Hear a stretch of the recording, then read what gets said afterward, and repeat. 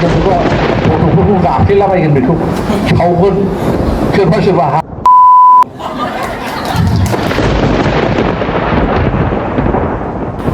मानगोनां रन्जन दैमारि आरो बिथांमोननि जेखिनि सा-6 सिबिआइआव केसआव बिथांमोना दिनैसिमबो उदां अख्राङाव हाग्रामाया अहंखारा बारा जालांबाय बियो मालायनि आथिं सिङाव थानो बायो बुजिबाय बे खालि गावखौल' सिब जाजानो लुगैयो सिबल' जायो सिमाङानो बेना सिबल' मावगोन बेहा बेखिनियानो लुगैथारनानै लाब गैला बियो आंनि बुजिनायाव अख्रा जानानै लाब गैला बियो सनमानखौ बियो दा रिटेट लानांसिगौ बैसोआ दंब्लाबो रिटेट लानांगौ बियो अब्ला बे बर' जाथिया बेखौ सनमान होगोन बे नङाब्ला बियो बुजिबाय आं होनबाय आरो खावलायदों आङो बिथांखौ नङाब्ला बिथाङा अख्रायैनो बिदि थांबाय थायोबा मान सनमाना बियो गावनि बिटिसि एकर्ड खालायनायनि मानसिफ्रा जोबगोन दा नङा दे एकदम बावजोबो रावजोंबो माबा जानाय नङा बे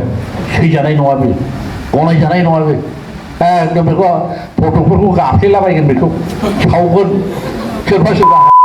हागौ सिदा खोथा नंगौ जौ लोंग्राफ्रा फाग्ला फाग्ला ना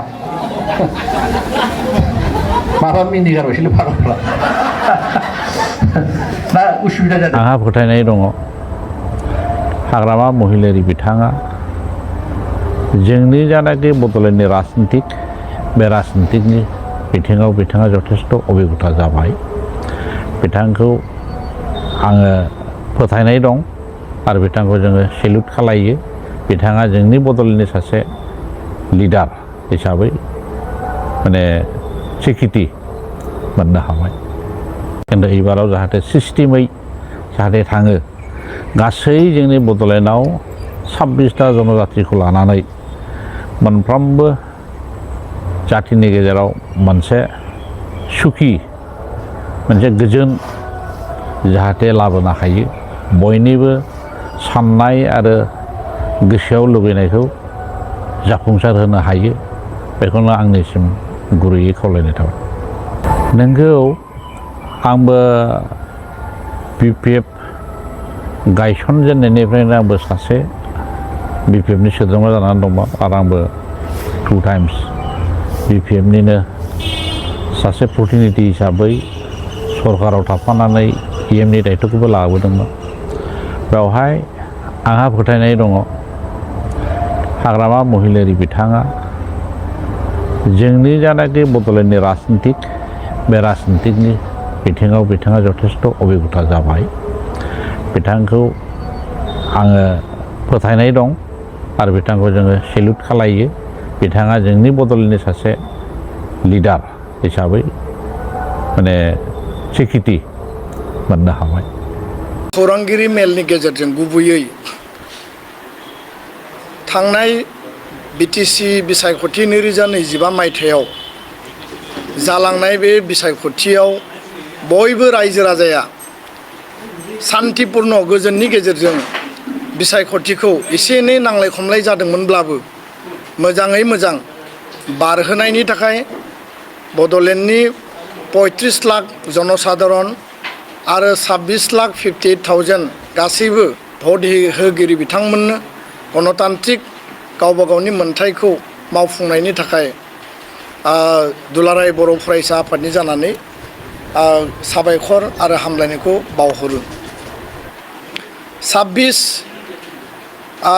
सेप्तेम्बर 2025 बे सानाव जोङो गोदान मोनसे सरकार दानायनि जि मोनसे फिथाइखौ जोङो नुनो मोनबाय आरो दिनै हाग्रामा महिलारि बिथांनो BPF दोलोनो बड'लेण्डनि बिटिसि बिटिआरनि रायजो राजाफोरा मोनसे मेन्डेट होबाय आरो मोनसे स्ट्रं मोनसे मेन्डेट होनायनि गेजेरजों बिथांमोना दिनै सरकार दानो थांगासिनो दङ दा बे समाव दुलाराय बर' फरायसा आफादा बिटिआर बिटिसिनि रायजो राजानि जानानै हाग्रामा महिलारि बिथांजों लोगोसे BPF दोलोखौ जोङो गोसो गोरबोनिफ्राय हामलायनाय जोङो बावहरदों जोंनि बेस्ट उइसेसखौ जों बावहरदों थांनाय समफोराव दुलाराय बर' फरायसा आफादा जोङो खावलायबोदोंमोन जे बिटिसि आरो बिटिआर बे बड'लेण्डखौ आन्सलिक शक्ति रिजनेल पार्टियानो स्टेरिं हमनानै सरकार सालायनायनि खामानिखौ मावनांगौ आरो बड'लेण्डनि रायजो राजा बर' हारिनि जि मोनसे सेन्टिमेन्ट आरो इमसन जोंनि जि इस्युस आरो एजेन्डा बेखौ मावफुंनायाव आन्सलिक दोलोआनो स्टेरिं हमनानै सालायनांगौ आरो दिल्ली आरो दिसपुरा बड'लेण्डखौ सालायनायाव मदद होनांगौ जिहेतु मोनसे सरकार सालायनो थाखाय थाखा फैसा सिस्टेमनि बेयाव गोनांथि जायो आरो बेखौ नोजोर बोनानै प्रमद बर' बिथां आरो हाग्रामा महिलारि बिथां UPPL दोलो आरो BPF दोलोखौ ज' खालामनो थाखायबो बर' थुनलाइ आफाद दुलाराय बर' फरायसा आफादा जोङो खौसे खालामनो थाखाय जोङो गोबां खेब सावरायनायनि गेजेरजों जोङो नाजाबोदोंमोन नाथाय नाजायै मोनसे समाव बे नाजानाया थाबथादोंमोन खारन सावरायलायनाया मोननै दोलोजों जेरैबायदि जों हास्थायदोंमोन बेबायदि जाफुंफैयाखिसै दा बेखायनो बिसायख'थिया जालांबाय बिसायख'थिनि उनाव दिनै रिजाल्ट फैबाय आरो रिजाल्टनि उनाव दिनै हाग्रामा महिलारिनि नेतृत्वआव गोदान सरकार बिटिसिनि बड'लेण्डनि रायजो राजाफोरा दिनै मोननो थांगासिनो दङ दा बेखायनो दुलाराय बर' फरायसा आफादा फैबाय थानाय जि सरकार बे सरकारा रायजो राजानो होनाय जिखिनि प्रतिश्रुति आरो जि 2020नि बर' गोजोन गोरोबथानि जिखिनि आद्रा थानाय जिखिनि दफा बेयाव अनुस्थान प्रतिष्ठान इन्स्टिटिउसन गायसननांगौ मानगोनां रन्जन दैमारि आरो बिथांमोननि जिखिनि सा-6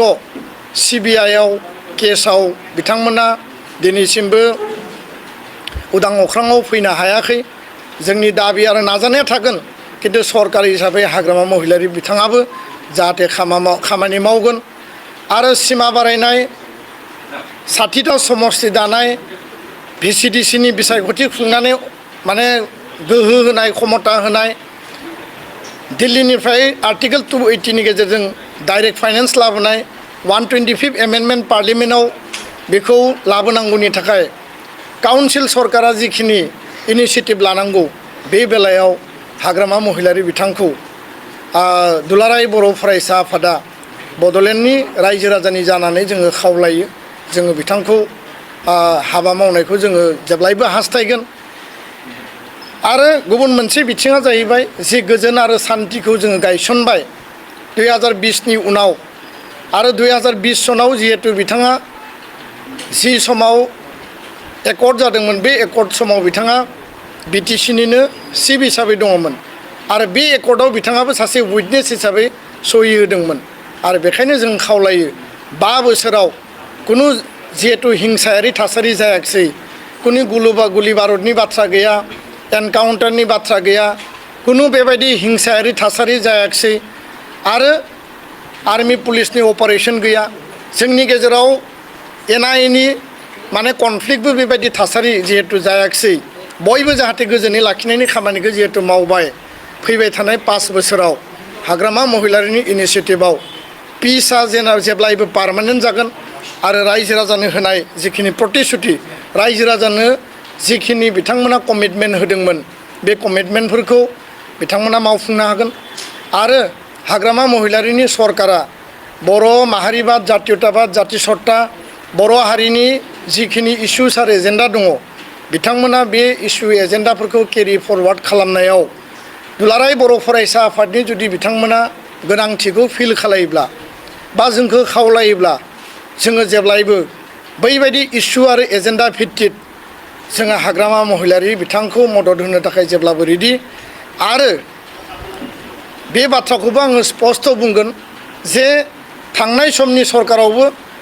मोजां खामानिखौ जों जेब्लाबो वेलकाम खालामदों मोजां खामानिनि थाखाय जों धन्यबाद होदों बे समावबो फैबाय थानाय 5 बोसोराव हाग्रामा महिलारिनि मोजां खामानि मोजां हाबा मावनाय रायजो राजानि जिखिनि बेसिक इस्युस दंमोन मोजांनि थाखाय जों जेब्लाबो वेलकाम खालायगोन मोजांनि थाखाय जों जेब्लाबो धन्यबाद होगोन आरो जुदि रायजो राजानि नांनायनि बायजोआव जुदि माबाफोर खामानि ओंखारोब्ला दुलाराय बर' फरायसा आफादा बेखौ कारेक्सन आरो सोदांनो थाखाय जोङो बे खोथाखौबो सरकारखौ जिहेतु जोङो जातीय आरो फरायसा आफाद हिसाबै जोंहा बिबान आरो रेसपन्सिबिलिटिया दङ जों बेखौबो आसि थुनानै दिन्थिनो थाखाय जोंनि जे रल रेसपन्सिबिलिटि जों बेखौ मावलांगोन आं बेखिनि खोथाखौनो बुंनानै दिनैनि जि प्रेस बिबुंसार बेखौ बेयावनो फोजोबबाय